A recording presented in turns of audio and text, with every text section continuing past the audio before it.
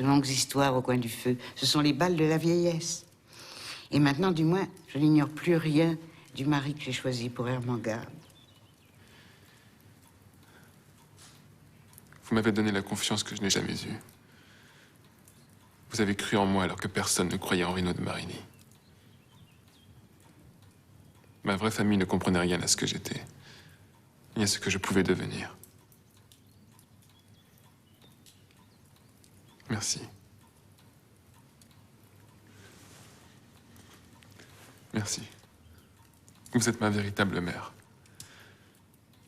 Je vous aime de l'amour d'un fils, de celui que je n'ai jamais connu pour ma mère.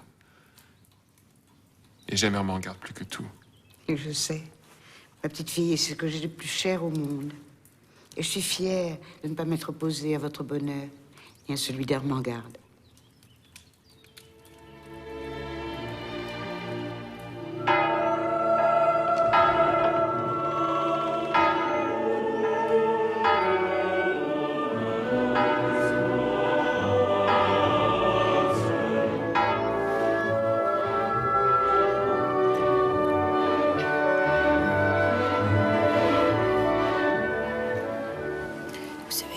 L'audace de lui raconter son histoire, qu'elle s'en ait fait une gloire. Oh, ma chère, c'est comme j'ai toujours dit, la preuve de l'influence néfaste de la lecture de certains romans trop audacieux sur la jugeote féminine.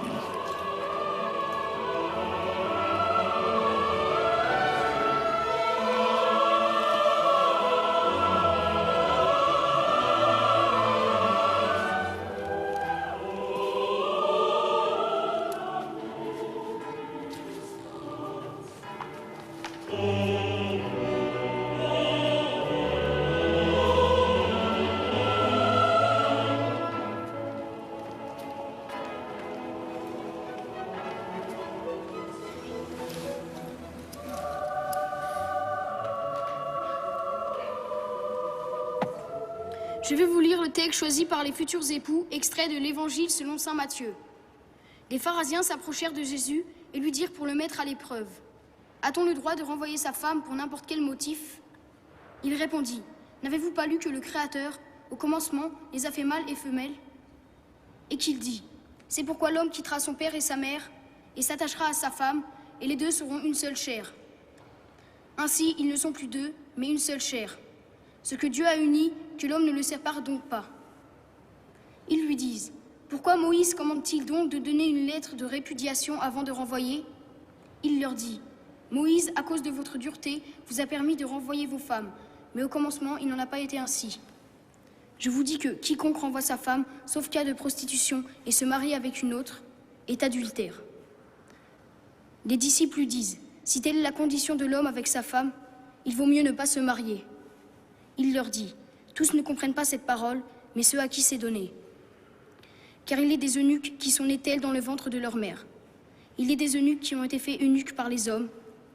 Et il est des eunuques qui se sont faits eux-mêmes eunuques à cause du règne des cieux. Comprenne qui peut comprendre.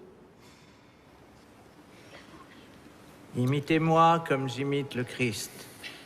Je veux que vous sachiez que le Christ est le chef de tout homme, et l'homme le chef de la femme, et Dieu le chef du Christ. Tout homme qui prie ou prophétise le chef couvert fait honte à son chef.